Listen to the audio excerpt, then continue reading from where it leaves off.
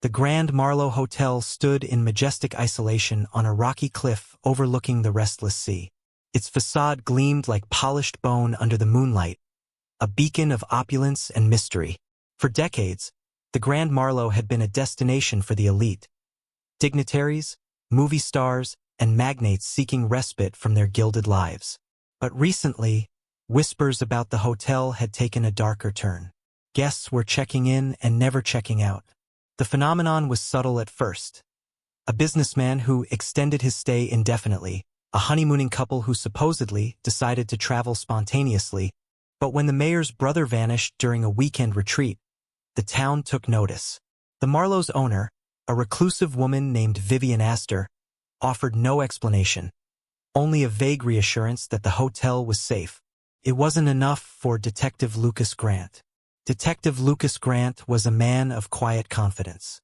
With sharp gray eyes and a demeanor honed by years of solving crimes, he wasn't easily shaken. But even he had to admit there was something unsettling about the Marlow. He stood at the grand entrance, his battered suitcase in one hand, the other resting on his trench coat pocket where his badge and revolver lay. The revolving door shimmered like liquid glass, its polished brass handle cool under his touch. Inside, the air was heavy with the scent of lavender and aged wood. A chandelier glittered above the marble lobby, casting a warm yet oddly flickering glow. The receptionist, a pale young woman with eyes too dark for her fair complexion, greeted him with a mechanical smile. "Welcome to the Grand Marlow," she said, her voice as smooth as silk. "Lucas Grant," he replied. "Reservation for one." Her fingers danced over the keyboard. "Ah yes, room 713. Top floor. Beautiful view of the ocean." She slid a keycard across the counter. Her hand lingered for a moment, her nails unusually long and painted an inky black. "Enjoy your stay," she added, but her smile faltered. The elevator ride was unnervingly silent. A faint hum filled the air, and Lucas caught a glimpse of himself in the mirrored walls. His reflection looked back, a tired man with a 5 o'clock shadow and too many sleepless nights. When the elevator dinged, Lucas stepped into a dimly lit hallway. The carpets were plush but smelled faintly of mildew. Room 713 was at the very end, its brass numbers gleaming like watchful eyes. The room itself was luxurious, silk drapes, a king-sized bed, and a balcony overlooking the churning sea. But something felt off. The air was colder than it should have been, and the shadows seemed to cling to the corners a little too long. Lucas set his suitcase down and opened his notebook. He had spent the past week gathering reports from the families of the vanished guests. Each case shared common threads. The victims were last seen in their rooms, no signs of forced entry, and no disturbances reported by staff or other guests. Lucas rubbed his temples. The idea of a cursed hotel was absurd, but so was the disappearance of nearly a dozen people without a trace. He needed answers. After unpacking, Lucas decided to explore the hotel. The hallways were eerily silent, the kind of quiet that pressed against his ears like cotton. He wandered past locked doors and ornate paintings, each depicting serene landscapes that felt unnervingly lifeless. Near the stairwell, he found a door labeled "Staff Only." It was slightly ajar. Lucas hesitated before pushing it open. The room beyond was dimly lit by a single flickering bulb. Shelves lined the walls, crammed with ledgers, old photographs, and antique trinkets. On a desk in the corner sat a ledger marked "Guest Registry." Lucas flipped through the pages. The names of the vanished guests were all there, each marked with a small red X beside the date of their last stay.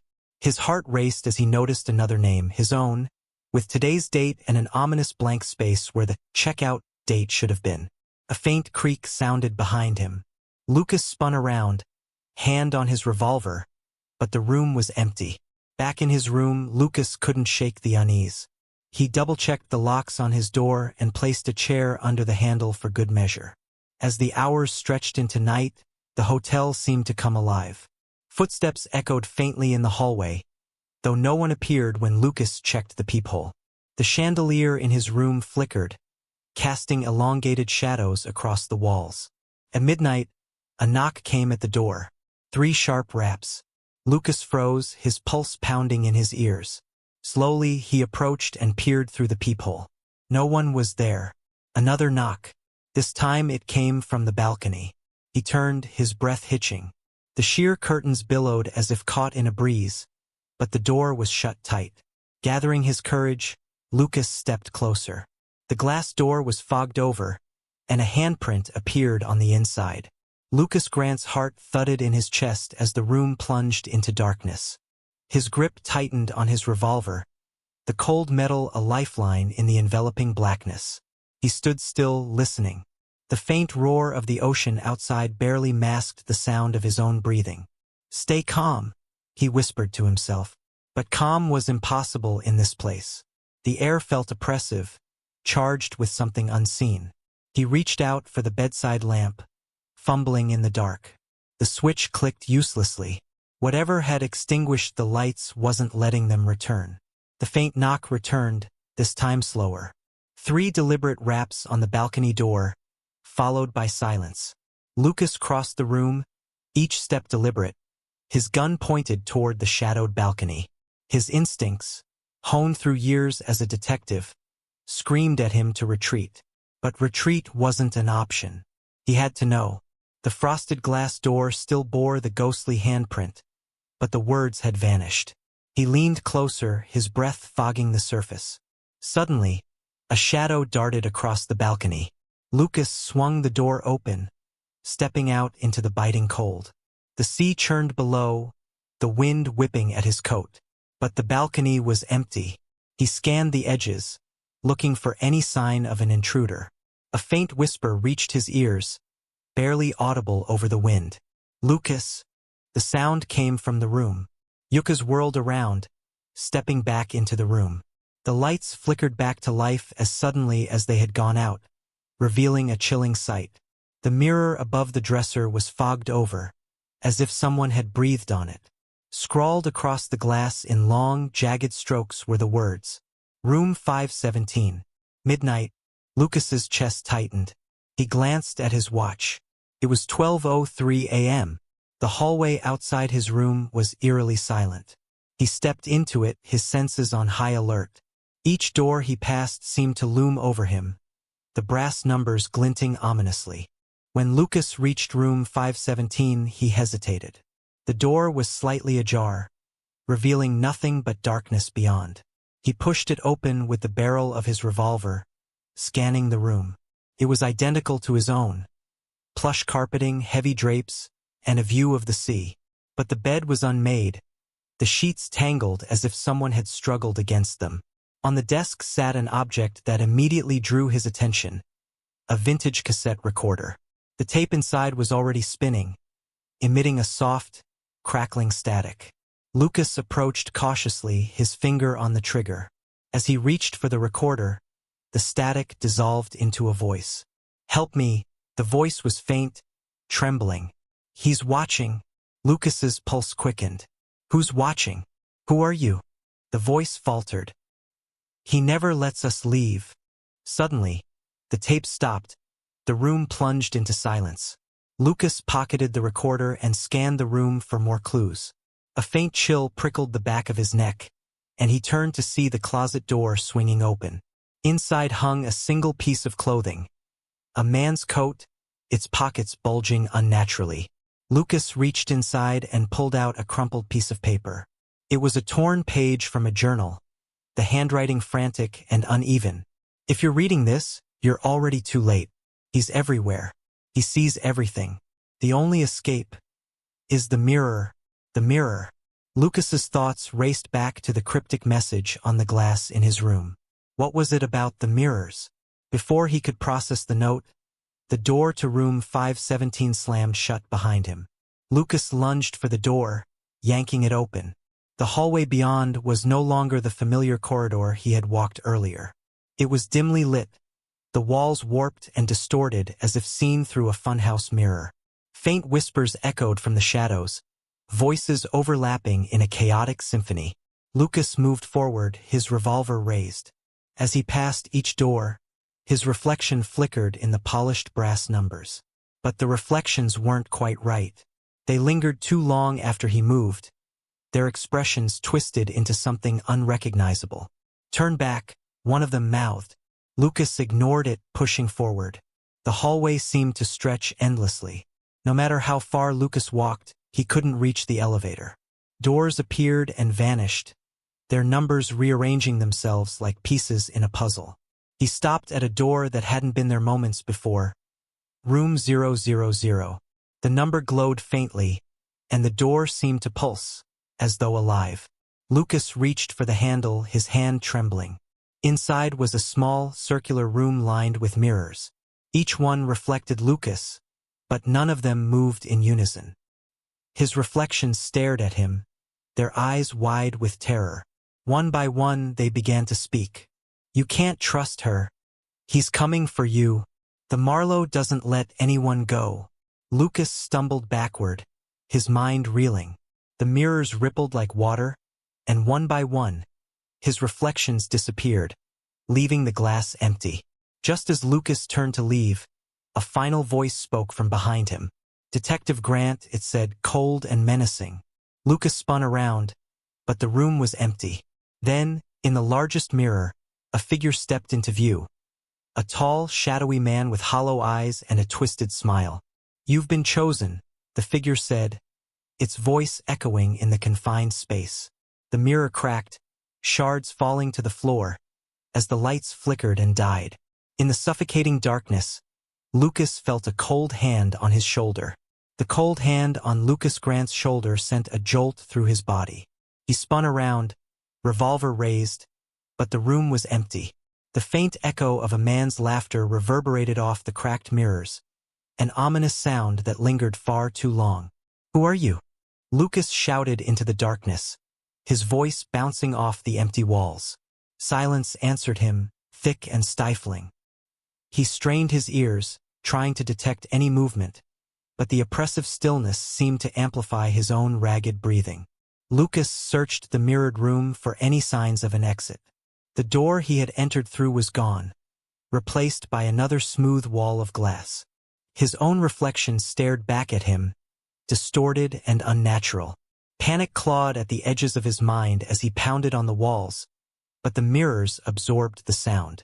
The room felt alive, breathing, as if it were waiting for something. In the largest mirror, the shadowy figure reappeared, standing silently, its hollow eyes fixed on Lucas. "What do you want from me?"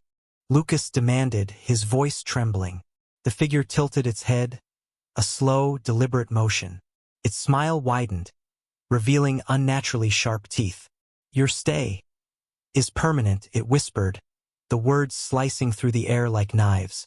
Lucas backed away, his hand brushing against the cold glass of another mirror.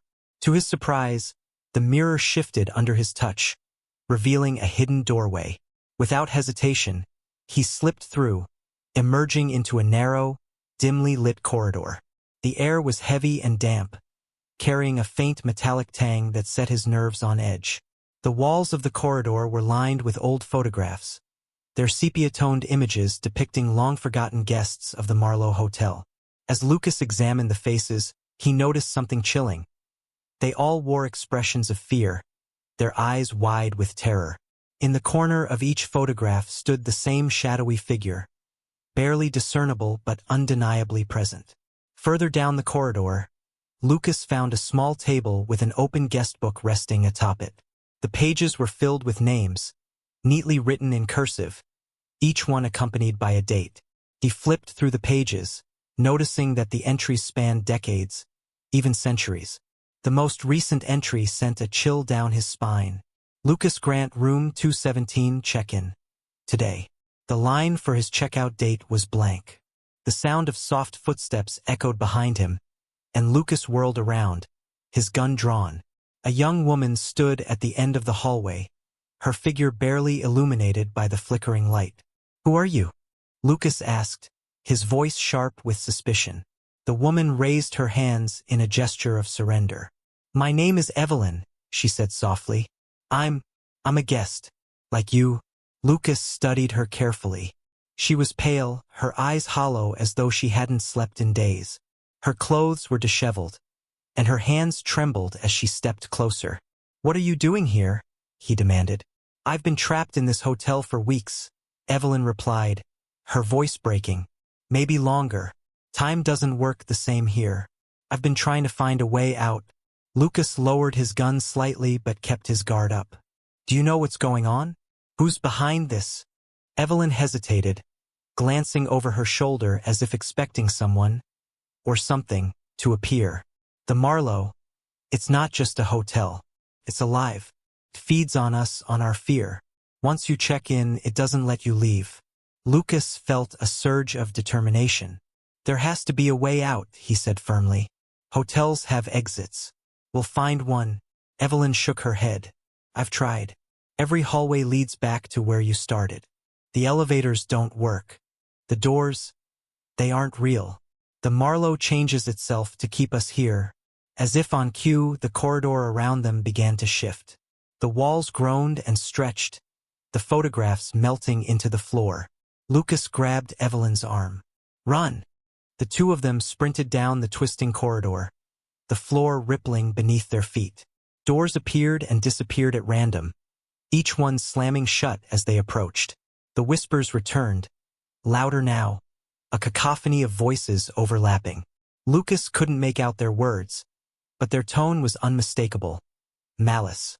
At last, the corridor spat them out into a massive ballroom. The chandeliers above flickered with dim, yellow light, casting eerie shadows across the room. Tables were set for a banquet, but the plates were covered in thick layers of dust. In the center of the room stood a grand piano, its lid propped open. As Lucas and Evelyn approached, the keys began to play on their own, a haunting melody that sent chills down their spines. Evelyn clutched Lucas's arm. "We shouldn't be here," she whispered. Before Lucas could respond, the shadowy figure appeared at the far end of the room, its form more distinct than before. It stepped forward, its movements unnervingly fluid. "Welcome to the Marlowe," it said, its voice resonating through the ballroom. "The performance is just beginning." The figure raised a hand, and the room erupted into chaos. The chandeliers shattered, raining glass onto the floor. The tables slid across the room as though propelled by an unseen force, blocking every exit.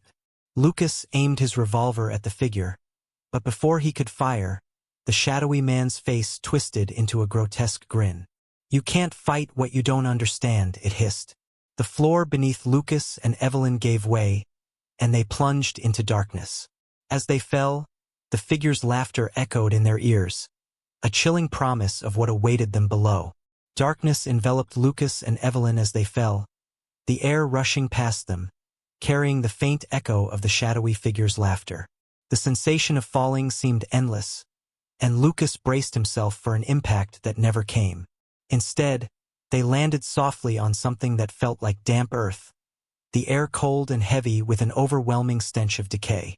Lucas groaned as he pushed himself up, his muscles aching from the fall. Beside him, Evelyn lay motionless, her face pale and streaked with dirt. "Evelyn?" Lucas shook her shoulder gently, his voice filled with urgency. She stirred, her eyes fluttering open. Where are we?" Lucas scanned their surroundings. They were in an underground cavern, dimly lit by an eerie, greenish glow emanating from the walls. The space was vast, with jagged stalactites hanging from the ceiling and pools of murky water scattered across the ground. The air was damp and suffocating, carrying whispers that seemed to come from the walls themselves. "We're not in the hotel anymore," Lucas muttered. "At least not the part we know." As their eyes adjusted to the dim light, Lucas and Evelyn began to notice shapes scattered across the cavern floor. At first, Lucas thought they were rocks, but as they moved closer, he realized the horrifying truth: bones. Piles of skeletal remains lay scattered, some partially buried in the dirt, others arranged in grotesque patterns. Evelyn gasped, covering her mouth. "What is this place?" Lucas crouched down, examining one of the skulls. It was human, the jaw frozen in a silent scream. Nearby, a rusted pocket watch lay in the dirt, its cracked face still faintly ticking. "These were the hotel's guests," Lucas said grimly. The ones who vanished. Evelyn pointed to a nearby wall, where crude drawings had been etched into the stone. The images depicted people being pulled into the ground, their faces twisted in terror. Above them loomed the shadowy figure, its grin unmistakable. It feeds on them, Evelyn whispered. It traps them, drains them, and leaves. A faint rustling sound drew their attention, and Lucas instinctively raised his revolver. From the shadows emerged a man, his clothes tattered and his face gaunt. His eyes darted around nervously, and he held up his hands in surrender. "Don't shoot," the man rasped. I'm not one of them." Lucas lowered the gun slightly but kept his finger on the trigger. "Who are you?" "Name's Harold," the man said, his voice hoarse. "I've been trapped down here for, I don't even know how long." Evelyn stepped closer. "How are you still alive?" Harold chuckled bitterly. "Alive is a generous term. I've been hiding, scavenging what I can. The creature doesn't come here often, but when it does, you'd better stay out of sight." Lucas narrowed his eyes. "Do you know how to get out?" Harold hesitated, glancing at the walls as if expecting them to close in at any moment. "There's a way," he said reluctantly, "but it's dangerous. The hotel doesn't like to let go of its guests." Harold led them through the cavern, his movements cautious and deliberate. He explained that the Marlowe Hotel was more than a building. It was a living entity, feeding on the fear and despair of its guests. The shadowy figure was its avatar, a manifestation of its hunger. "There's an old passage," Harold said as they walked. "It's risky, but it's the only way out. The creature guards it fiercely."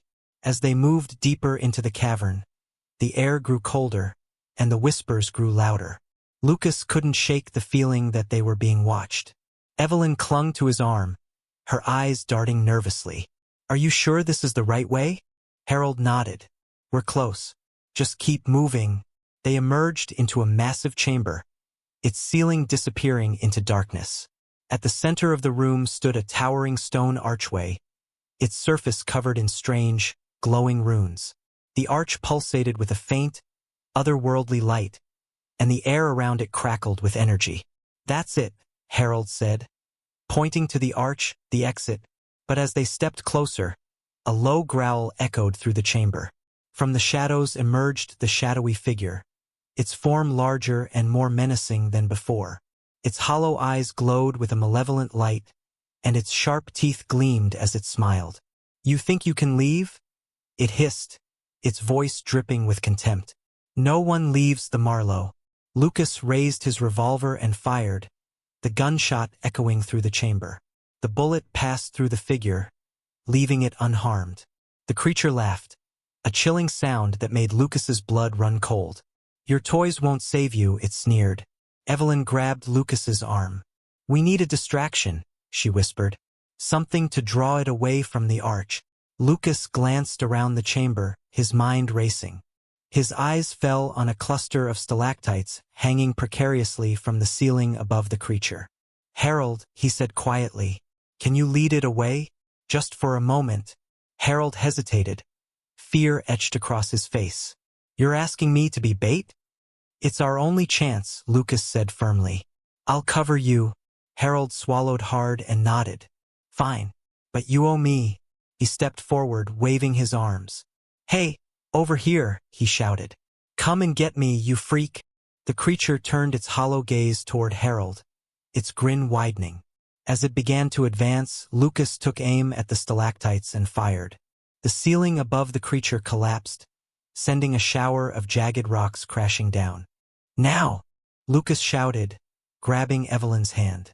They sprinted toward the arch, the creature's furious roar echoing behind them. The runes on the arch began to glow brighter as they approached, the energy crackling and sparking. Harold stumbled toward them, his face pale with terror. "It's not dead," he cried. "It's coming." The ground shook violently as the creature burst from the rubble, its form shifting and growing more monstrous with each step. Lucas pushed Evelyn through the arch and turned back to Harold. "Come on." But before Harold could reach the arch, the creature's long, shadowy arm shot out, wrapping around him. He let out a blood-curdling scream as he was dragged back into the darkness. Lucas hesitated, his heart pounding. The creature's glowing eyes locked onto him, its smile promising a fate worse than death. "Lucas, hurry!" Evelyn shouted from the other side of the arch. With a final glance at the writhing shadows, Lucas stepped through the arch, the world around him dissolving into blinding light. Lucas blinked against the harsh light, his ears ringing from the transition. The air felt different, lighter, yet tinged with an unshakable unease. As his vision cleared, he realized he was standing in a dimly lit hallway. Evelyn was beside him, her face pale, her breath coming in quick gasps. The hallway stretched endlessly in both directions, its walls covered in intricate carvings that seemed to shift and writhe when he wasn't looking directly at them. The floor beneath their feet was cold and smooth, like polished obsidian. "Where are we?" Evelyn asked, her voice trembling. Lucas shook his head. "I don't know, but it's not the hotel. At least, not the one we know." Behind them, the archway flickered and went dark, sealing them in. The air was thick with an oppressive silence, broken only by the faint sound of distant whispers. Lucas strained to make sense of the carvings on the walls. They depicted scenes of people wandering through a maze, their faces twisted in fear. "We need to keep moving," he said, gripping Evelyn's hand tightly. As they walked, the hallway seemed to shift around them. Doors appeared and disappeared, and the carvings on the walls changed, depicting increasingly horrific scenes. Lucas felt a gnawing sense of dread. The space wasn't just disorienting. It was alive. "Lucas," Evelyn whispered, pointing ahead. A figure stood at the end of the hallway. At first, Lucas thought it was Harold, but as they drew closer, he realized it wasn't. The man's face was gaunt, his eyes sunken and hollow. He wore a tattered suit that looked decades out of fashion, and his skin had a sickly, grayish tint. "Help me," the man rasped, his voice barely audible. Evelyn hesitated, but Lucas pulled her back.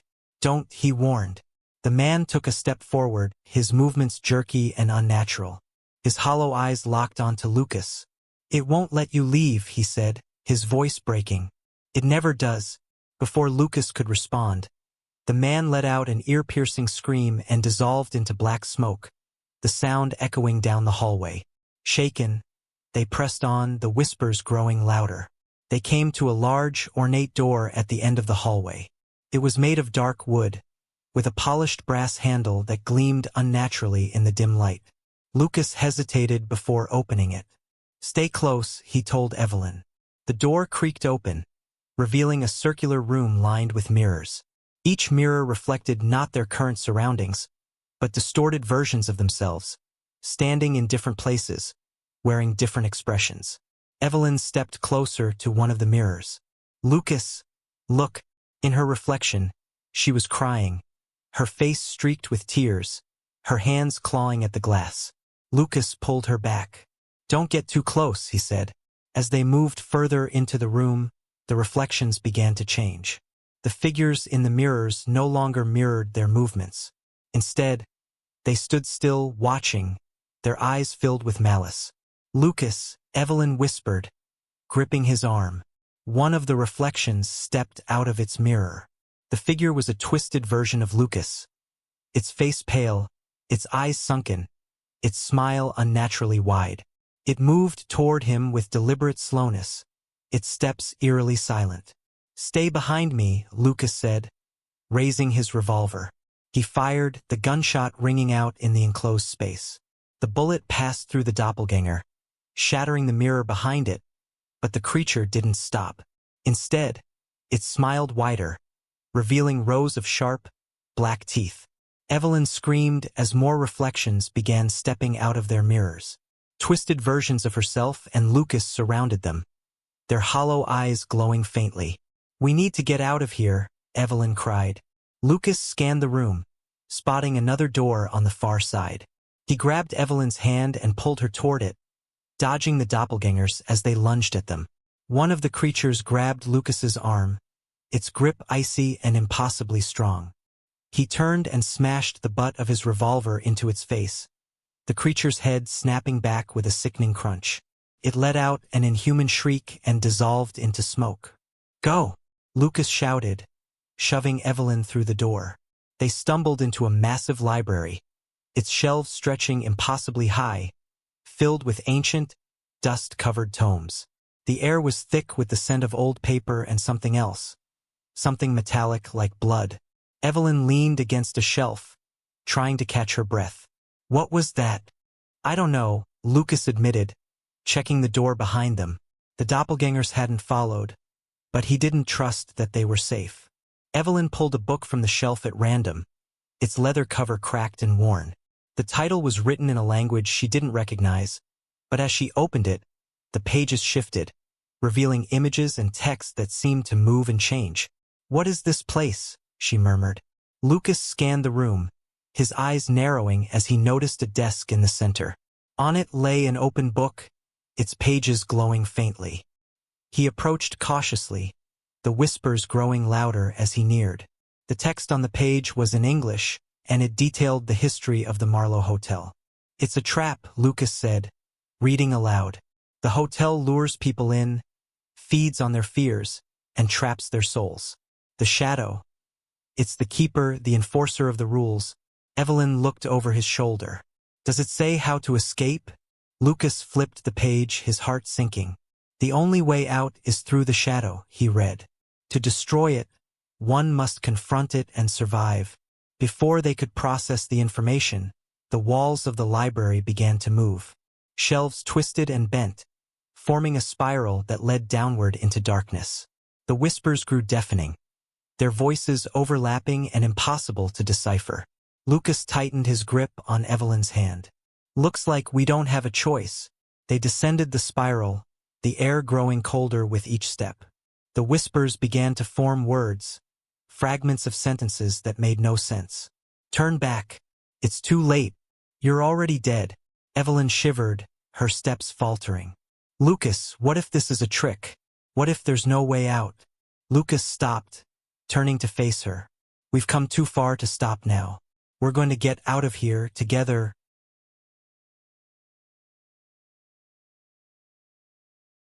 The spiral led them to a massive open chamber, its walls covered in the same shifting carvings they'd seen before. At the center of the room stood the shadowy figure, its form even more monstrous than before. "You've come far," it said, its voice echoing. "But this is where your journey ends." Lucas raised his revolver, his jaw set. "Not if I can help it." The shadow laughed, its form shifting and growing, its eyes burning with malevolence. "You cannot defeat me," it hissed. "I am the Marlowe." Lucas and Evelyn stood their ground as the shadow advanced, the air around them growing colder, the whispers turning into screams. The room seemed to pulse with a malevolent energy as the shadow advanced, its amorphous form towering over Lucas and Evelyn. The carvings on the walls twisted violently, their once static images becoming a frenzied blur of suffering faces and writhing shapes. The whispers had crescendoed into a deafening roar, their voices blending into a single, agonized scream. Lucas held the revolver steady, though his hands were trembling. Evelyn stood behind him, clutching a thick book she'd taken from the library, her knuckles white. "I don't think bullets are going to work," she said, her voice barely audible over the cacophony. The shadow halted, as if amused by their fear. "You think your mortal weapons can harm me?" it intoned, its voice reverberating through the chamber. "I am eternal. I am the Marlowe." Lucas lowered the revolver, his mind racing. The book from the library had mentioned the shadow's connection to the hotel, its role as both keeper and enforcer. If they were to destroy it, they would need to sever that connection. "Evelyn," he said, his voice firm, "we need to find its anchor, the thing tying it to this place." Evelyn nodded, flipping through the book in her hands. The pages seemed to change of their own accord, shifting to display new text and symbols. "There's something here," she said, pointing to an illustration of a glowing orb encased in shadow. "The heart of the Marlowe. If we destroy it, we might have a chance." The shadow laughed, its voice dripping with malice. "You will not find it in time," it sneered, extending a tendril of darkness toward them. Lucas grabbed Evelyn's arm and pulled her to the side, narrowly avoiding the tendril as it slammed into the ground, leaving a jagged crack in the obsidian floor. "We have to move," Lucas shouted. They ran toward a small archway at the far end of the chamber, the shadow's tendrils lashing out behind them. The hallway beyond was narrow and winding, its walls covered in more of the strange carvings. Unlike the others, these seemed to depict a battle, figures standing against the shadow, holding glowing objects that resembled keys. "Keys," Evelyn said, her breath coming in gasps. The book mentioned keys. They unlock the heart's chamber. The hallway opened into a smaller room, its walls lined with pedestals. Each pedestal held a different object: a dagger, a chalice, a small mirror, and more. At the center of the room was a large, circular pedestal with an empty indentation, shaped like an orb. Evelyn studied the objects, her brow furrowed. "One of these is the key," she said. Lucas examined the pedestals, his instincts on high alert. The air in the room felt heavy, charged with an unnatural energy. "We don't have time to guess," he said. The shadow's laughter echoed through the hall behind them. "Choose wisely," it taunted, "or suffer the consequences." Evelyn's eyes fell on the mirror. Its surface shimmered, showing faint images of the hotel's guests, their faces frozen in expressions of terror. "It has to be this one," she said, reaching for it. Lucas hesitated. "Are you sure?" She nodded, her hand trembling. "The book said the shadow feeds on the souls of its victims. This mirror must hold them. It's the key." As Evelyn lifted the mirror from the pedestal, the room shook violently. The carvings on the walls began to glow, their figures writhing as if alive. The central pedestal emitted a low hum, and the indentation filled with a faint, pulsating light. The shadow burst into the room, its form nearly filling the space. "You dare defy me?" it roared. The light from the central pedestal coalesced, forming a glowing orb. Evelyn held the mirror aloft, its surface reflecting the orb's light. "Lucas, the orb!" she shouted. Lucas didn't hesitate. He grabbed the orb, its surface cold and smooth, and held it up. The shadow recoiled, its form flickering. "You cannot destroy me," it hissed. "This place is mine." Evelyn pointed the mirror toward the shadow, the reflections of the trapped souls growing brighter. Their voices joined together in a rising crescendo, drowning out the shadow's protests. "Do it, Lucas!" Evelyn cried. Lucas hurled the orb to the ground, shattering it into 1,000 shards. The light within exploded outward, engulfing the room in a blinding radiance. The shadow let out an ear-splitting scream as its form began to unravel, tendrils of darkness disintegrating into nothingness. The light consumed everything, leaving Lucas and Evelyn shielding their eyes. When the light faded, the room was silent. The carvings on the walls had stopped moving, their figures frozen in peaceful repose. The pedestal was empty, and the mirror in Evelyn's hands was now smooth and clear, its surface reflecting only their own relieved faces. A door appeared in the far wall, its frame glowing faintly. Lucas and Evelyn exchanged a look, both too exhausted to speak. As they stepped through the door, they found themselves back in the lobby of the Marlowe Hotel. The air was still, and the oppressive atmosphere was gone. The front desk was empty, and the lobby's ornate decorations seemed to have lost their sinister edge. "Is it over?" Evelyn asked, her voice barely above a whisper. Lucas nodded, though uncertainty lingered in his eyes. "For now." As they exited the hotel, the morning sun bathed them in its warm light. They turned to look back at the Marlowe, its once ominous facade now appearing like any other building. But as they walked away, Lucas couldn't shake the feeling that they were being watched. In a window on the top floor, a faint shadow moved, its form unbroken by the light. The silence outside the Marlowe Hotel was unnerving. Evelyn and Lucas had escaped, yet their steps felt heavier with every yard they put between themselves and the cursed building. The sun had risen, but its light felt muted, as if the shadows of the hotel still reached out to them. "I can't believe we're alive," Evelyn said, her voice breaking the oppressive quiet. She clutched the now clear mirror against her chest like a talisman. Lucas nodded, but his eyes were distant. Something doesn't feel right, he muttered. Evelyn frowned. What do you mean? The shadow is gone. We destroyed its anchor. Lucas stopped walking, turning to face her. Did we? Or did we just wake something worse? They arrived at their car parked on the empty roadside. The vehicle, covered in a thin layer of dust, stood as a reminder of the normal world that seemed so far away now. Lucas unlocked the doors, and they climbed inside, the silence between them almost deafening.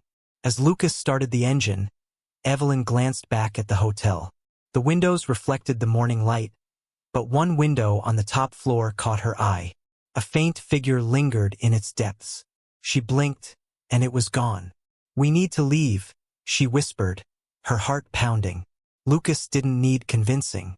The car roared to life and they sped down the empty road, the Marlowe shrinking in the rearview mirror. The journey back to the city should have brought relief, but the unease that clung to them refused to dissipate. Evelyn stared at the mirror resting on her lap, its surface now ordinary yet somehow ominous. What are we going to do with it? She asked. Lucas glanced at it briefly, his hands gripping the steering wheel. I don't know. Maybe it belongs in some museum or destroyed. Evelyn shook her head. We can't just destroy it. What if it releases whatever's still trapped inside? Then what's the plan? Lucas snapped, the tension finally breaking through his composed facade. Do we keep it? Pretend none of this happened? Before Evelyn could respond, the radio crackled to life, filling the car with static. Lucas glanced down, confused. Did you touch the radio? He asked. No, Evelyn replied, her voice trembling. The static grew louder, then morphed into a voice. Faint and distorted, but unmistakable. You can't escape, it whispered. Lucas slammed on the brakes, the car screeching to a halt. They both stared at the radio in horror as the voice repeated, You can't escape. The voice faded, and the car fell silent once more. Lucas and Evelyn sat frozen, their breathing shallow. That wasn't real, Evelyn said, though she didn't believe her own words. Lucas opened his door and stepped out, pacing alongside the car.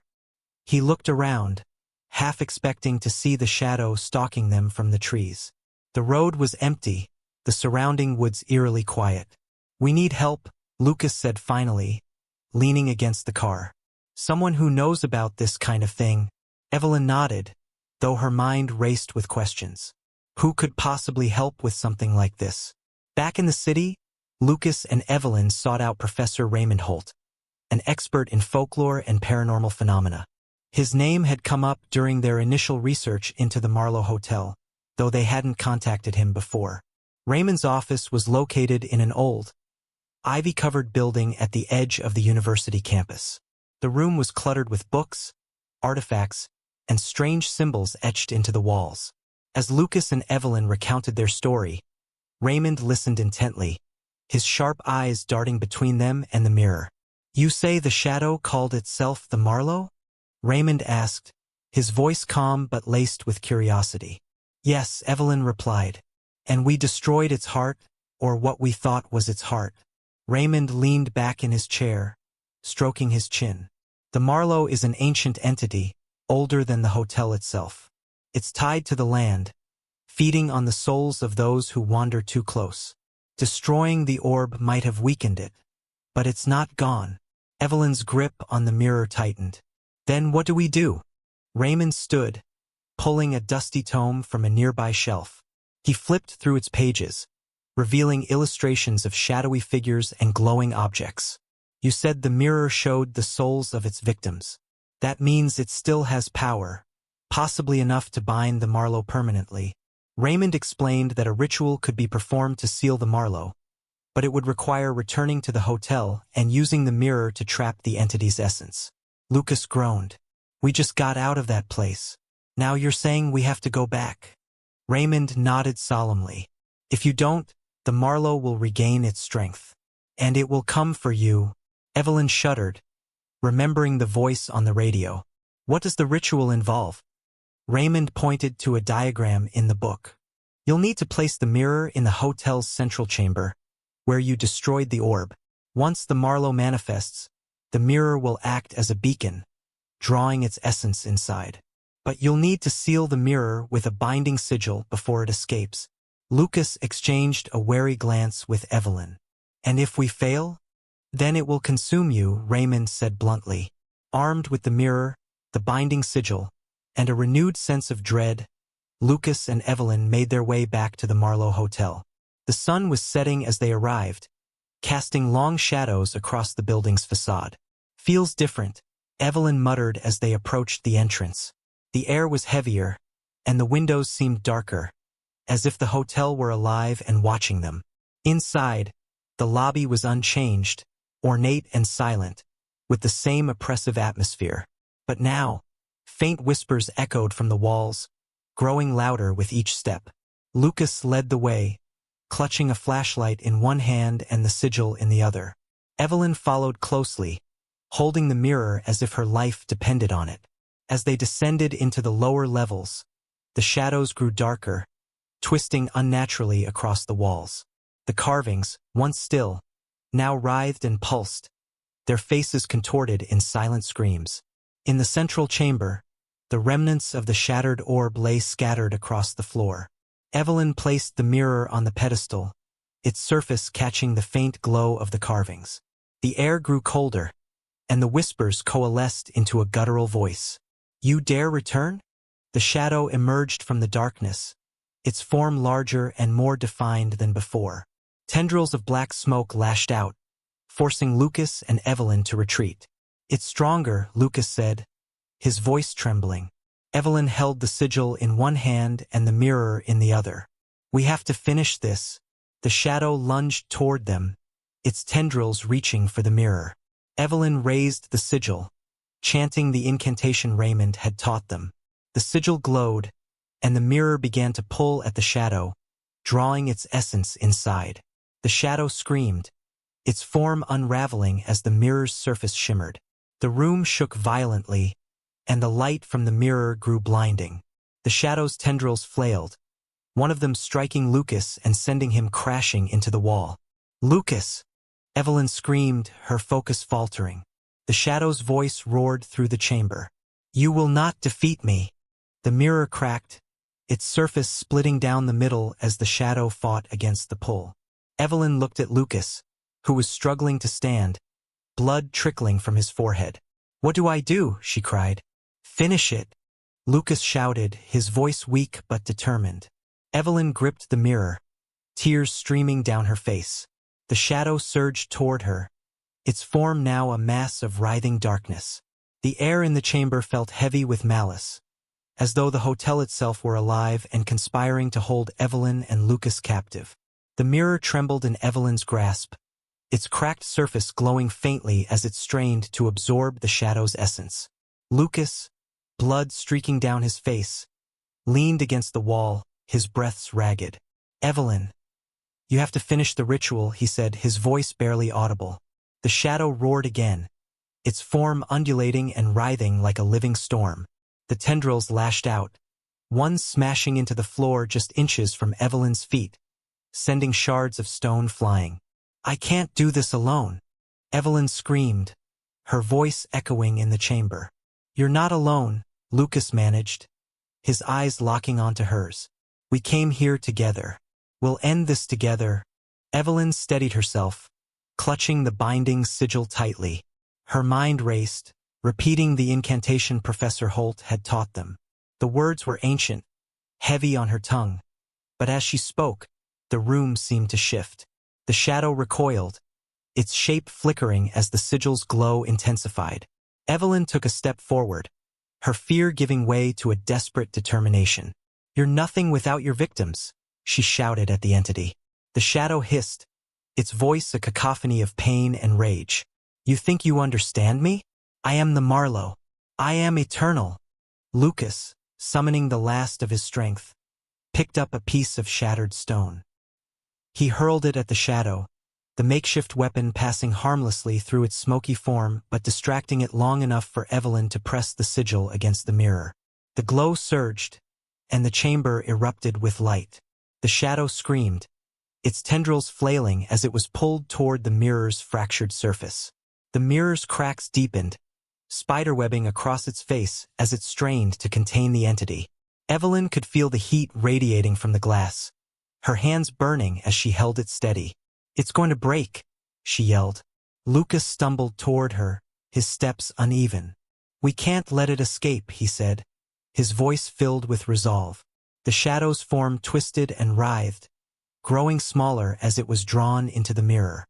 But the cracks continued to spread, and with a deafening shatter, the mirror exploded. Evelyn and Lucas were thrown backward, the force of the blast slamming them into the walls. A blinding light filled the chamber, and then silence. When Evelyn opened her eyes, the room was dark and still. The oppressive weight that had filled the air was gone, replaced by an eerie calm. She coughed, her lungs aching, and struggled to sit up. "Lucas," she called, her voice hoarse. A groan came from the shadows, and she scrambled toward the sound. Lucas was slumped against the wall, his face pale but alive. Did we do it?" he asked weakly. Evelyn looked around the chamber. The mirror was gone, reduced to shards of glass that glittered faintly in the dim light. The carvings on the walls were still, their malevolent energy dissipated. "I think so," she said, though her voice was uncertain. As they helped each other to their feet, a faint sound reached their ears, a soft, almost imperceptible whisper. Evelyn froze, her eyes darting around the room. "Did you hear that?" she asked. Lucas nodded, his face pale. The whisper grew louder, forming words that sent chills down their spines. "You cannot destroy me," the voice said, faint but clear. "I will always return." Evelyn's grip on Lucas tightened. "We need to leave. Now." They made their way out of the chamber, every shadow in the hallways feeling like a potential threat. The hotel seemed to groan around them, its walls shuddering as though it were alive and angry. Reaching the lobby, they found the once ornate space in ruins. Furniture lay overturned, and the chandelier hung precariously, its crystals scattered across the floor. The front doors, which had been sealed when they first arrived, stood wide open, revealing the first light of dawn. As they stepped outside, a wave of relief washed over them. The fresh air felt like a gift, and for the first time in days they could breathe freely. Lucas turned to look at the hotel one last time.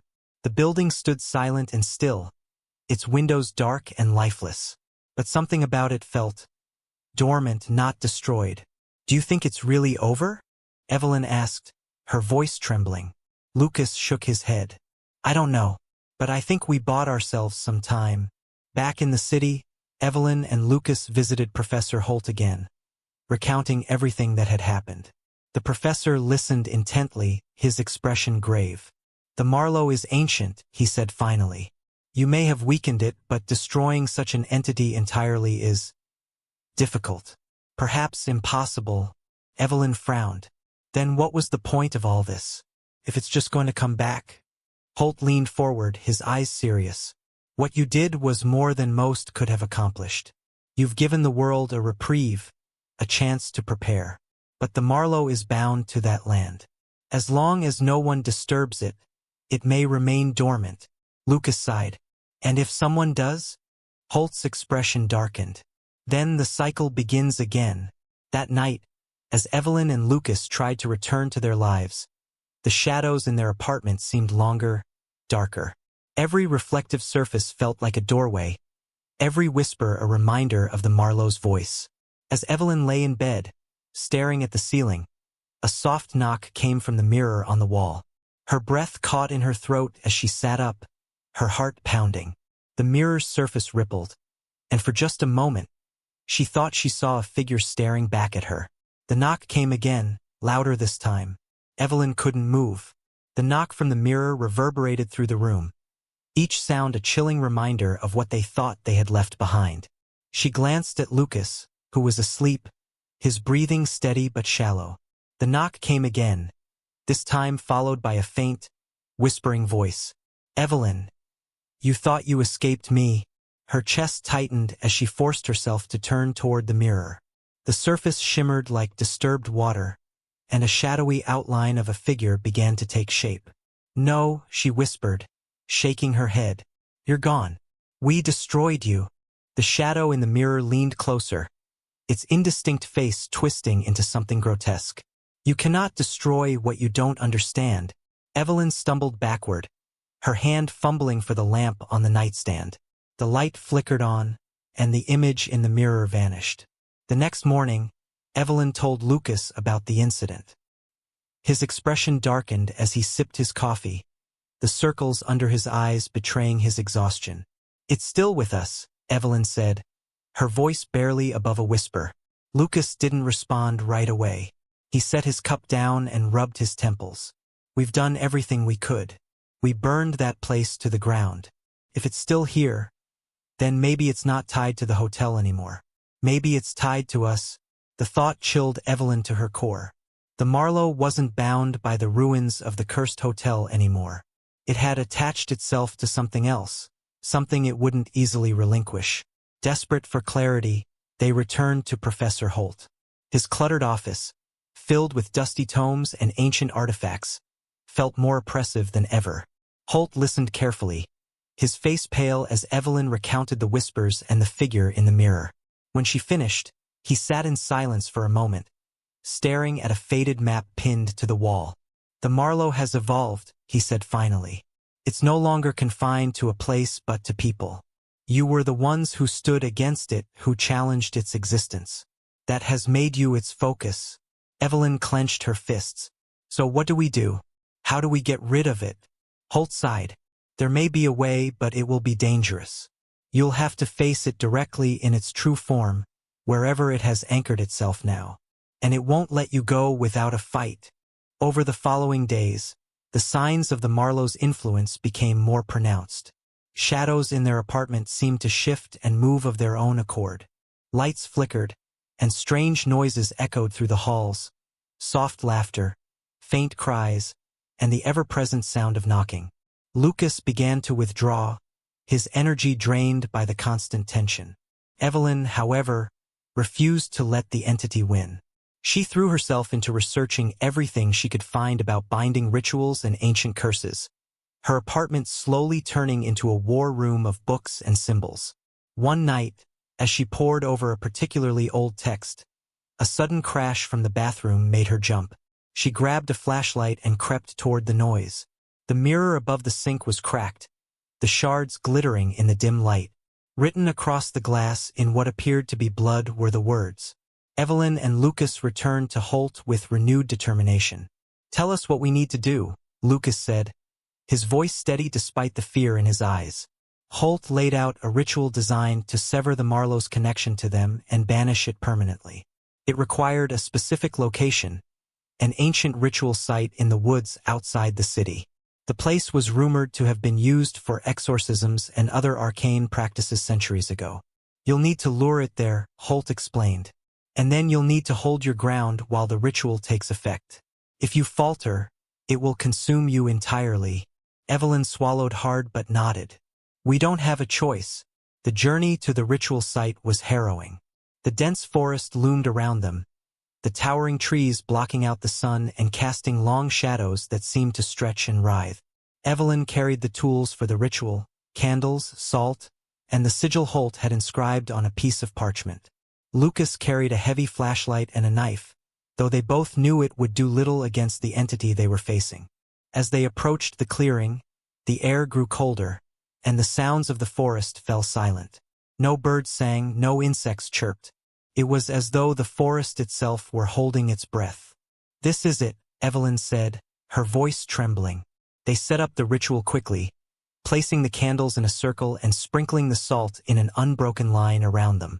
As Evelyn lit the last candle, the wind picked up, howling through the trees like a mournful wail. The first sign of its presence was the whispering. It came from all around them, a cacophony of voices speaking in languages they didn't understand. The shadows outside the circle began to move, coalescing into a familiar shape. The Marlowe appeared, its form more defined than ever. Its face was a grotesque amalgamation of the victims it had claimed, their features distorted and twisted into a horrifying mask. "You think this will stop me?" it hissed, its voice reverberating through the clearing. Evelyn stepped forward, clutching the sigil. "It ends here," she said, her voice firm despite the fear coursing through her. The Marlowe laughed, a chilling sound that echoed in the pit of their stomachs. "You are but insects to me. You cannot comprehend the forces you're meddling with." As Evelyn began to chant the ritual's incantation, the Marlowe surged forward, testing the boundaries of the circle. The candles flickered, and the salt line seemed to waver as though it might give way. Lucas stood beside her, his flashlight aimed at the entity, though it did little to deter its advance. "Keep going," he shouted as the shadows pressed closer. The ground beneath their feet trembled, and the air grew thick with an oppressive energy. The Marlowe's voice boomed, shaking the very trees.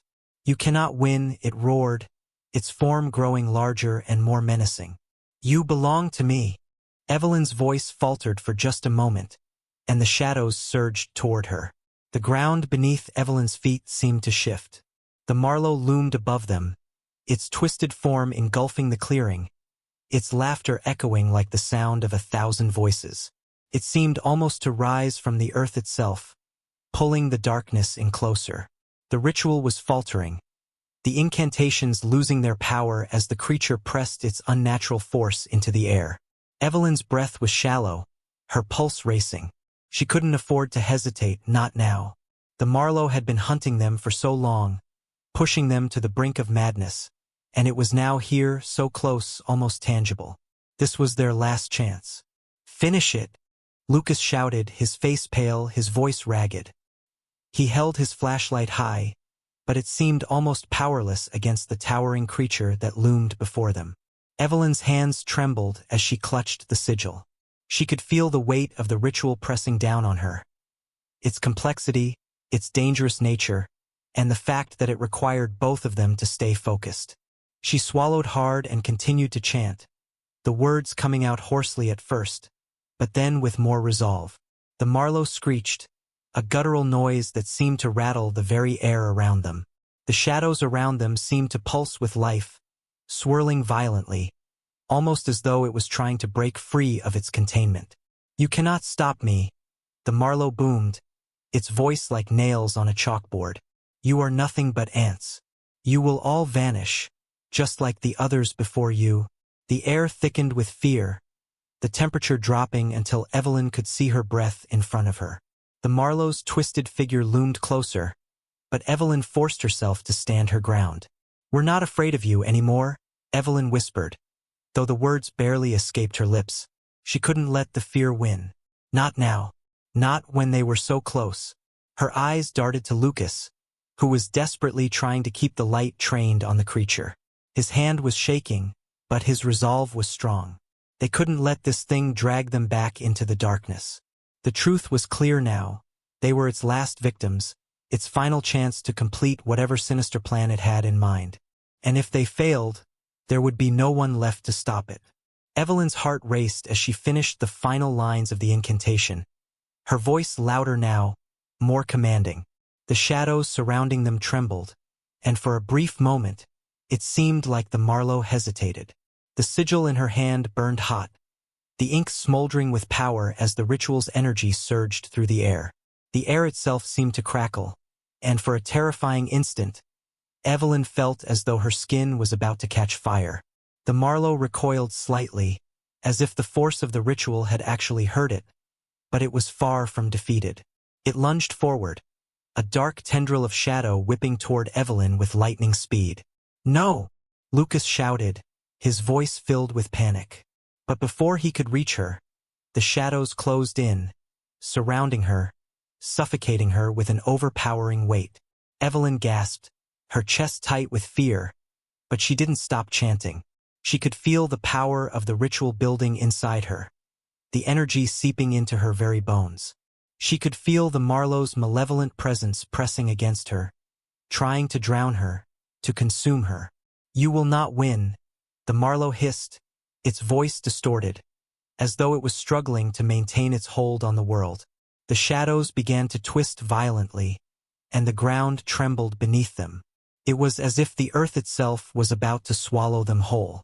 Evelyn pushed through the pain, focusing all her strength on the final words of the incantation. Suddenly, there was a brilliant flash of light. For a brief moment, everything went white, and then the world around her seemed to collapse. Evelyn blinked, her vision swimming. She felt as if she had been struck by a heavy weight, and for a moment, she couldn't move. Her limbs felt numb, and her breath was shallow, but she slowly became aware of the world around her. The clearing was silent now. The oppressive presence of the Marlowe had vanished. Lucas was beside her, shaking her gently, his face a mixture of relief and fear. Evelyn, Evelyn, are you okay? Evelyn groaned, her hand reaching for her head, feeling the sharp pain where the ritual had drained her. I think we did it, she whispered, her voice hoarse. It's gone. Lucas helped her sit up. The clearing around them was eerily calm, the oppressive atmosphere gone. The shadows that had once moved so hungrily around them were still, the air warmer now, as if the darkness itself had been driven out. They looked at the spot where the Marlowe had stood, but there was nothing. No sign of the creature. But Evelyn knew better than to think it was truly gone. They had merely sealed it away for now. The Marlowe had been banished from their lives, but its darkness had left scars on their souls. The ritual had been a temporary fix, a fragile wall built between them and the thing that wanted to claim them. They stood together, looking at the ruins of the clearing. It's over, Lucas said, a finality in his tone. But Evelyn knew better. It was never truly over. It was just waiting, biding its time until the next time it would rise. The road to recovery was long, and though they had escaped the clutches of the Marlowe, Evelyn knew that they would never be the same. The curse had touched them, leaving marks that would last forever. As they walked back to the car, the woods around them seemed almost peaceful again. But Evelyn couldn't shake the feeling that something was still watching them from the trees, waiting patiently. Months passed, and life gradually returned to some semblance of normality. The hotel had been shut down permanently, its curse seemingly lifted for good, but Evelyn and Lucas remained haunted by the memories of the strange, twisted world they had encountered. They had seen the evil that lurked beneath the surface, and though they tried to bury the past, it refused to stay forgotten. One day, while they were packing up old items in their storage unit, Evelyn found something strange. A small box, tucked in a forgotten corner. Inside, a single item lay on top. A dusty old mirror. The glass was cracked in places, but as she picked it up, she noticed something even stranger. There was a faint, glowing reflection of a figure standing behind her. She spun around, but no one was there. And then, just as quickly, the figure in the mirror vanished. The Marlowe had not been defeated. It had only been waiting. The unease Evelyn felt after finding the mirror in that old box was something that would never leave her. No matter how hard she tried, she couldn't shake the feeling that something had followed them back from the Marlowe, something darker than anything they could have imagined. Weeks passed, and life seemed to return to some semblance of normality. Evelyn and Lucas resumed their daily routines, but a shadow lingered over them. Every time Evelyn passed a mirror, she caught a fleeting glimpse of something in the reflection, something that wasn't quite right. At first, she dismissed it, attributing it to the trauma they'd experienced. But then it happened again. One evening, while Lucas was out running errands, Evelyn stood in front of the bathroom mirror, brushing her hair. She was tired, her eyes heavy from lack of sleep, but she froze when she noticed a movement behind her. She spun around quickly, but the bathroom was empty. Her heart hammered in her chest as she turned back to the mirror, the reflection staring back at her. The eerie glow from the cracked mirror seemed to intensify, and for a brief moment, she saw something chilling. Someone standing behind her, just out of view. But when she looked again, the figure was gone. Her breath hitched as she stepped closer to the mirror. She felt a cold, bone-chilling draft, as though the air around her had suddenly dropped in temperature. She leaned in, her eyes widening. The reflection wasn't her own. A figure, tall, thin, with hollow eyes and a gaping mouth, stared back at her. It wasn't a mirror reflection. It was something else. And it was smiling. Evelyn's scream cut through the silence of the room as she backed away from the mirror, knocking over a small chair in the process. She scrambled to the door, her breath ragged. She turned the handle, but the door wouldn't budge. It was locked from the inside. She was trapped.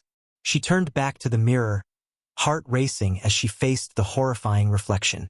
The figure in the mirror tilted its head slowly, its smile widening, revealing rows of jagged teeth that seemed to stretch far beyond what was natural.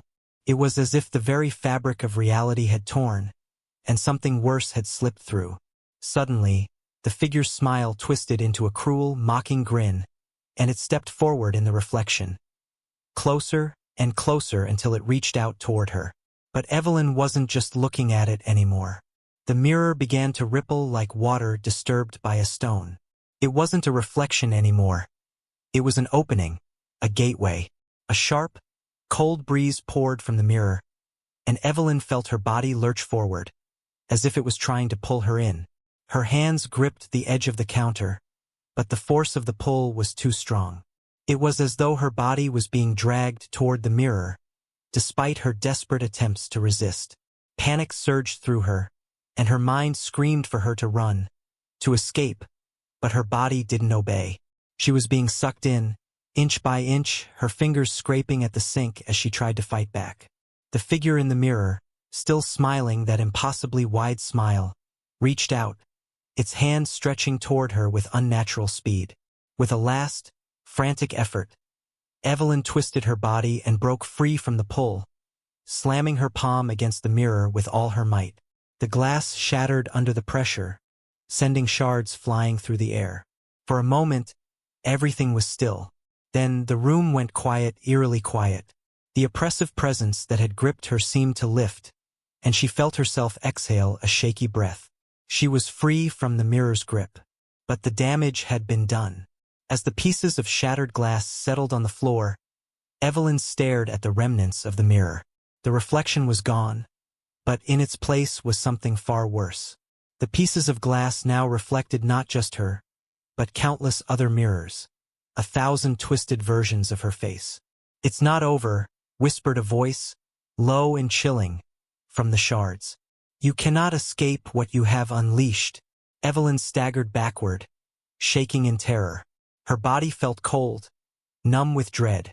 The room seemed to close in on her as the darkness around her deepened, and the shadows from the broken mirror began to rise, twisting and writhing. She ran from the room, the sound of her footsteps pounding in her ears. But the terror didn't stop there. As she fled through the house, she noticed something chilling. The windows, every single one of them, had reflections. They weren't of the world outside. Instead, they showed the broken mirror, the strange figure still lurking within, watching her every move. And there was no way to escape. Evelyn and Lucas never spoke of what happened that night. They left their home and moved far away, seeking peace and safety, but the mirrors were always there. Wherever they went, wherever they tried to hide, there was always a reflection watching them. No matter how far they ran, the curse was relentless. The Marlowe had indeed been defeated, but the darkness had found another way in. The mirrors, it seemed, were not just portals to another world. They were prisons, holding something far worse than even the Marlowe had been. And Evelyn knew, deep down, that no matter where she went, she would never truly escape the reflection in the glass. For the man in the mirror had not just been a creature. They were the key to something much darker, something that would never let her go. The final truth? The curse had never been about the hotel. It was always about the mirrors, and it would follow her forever.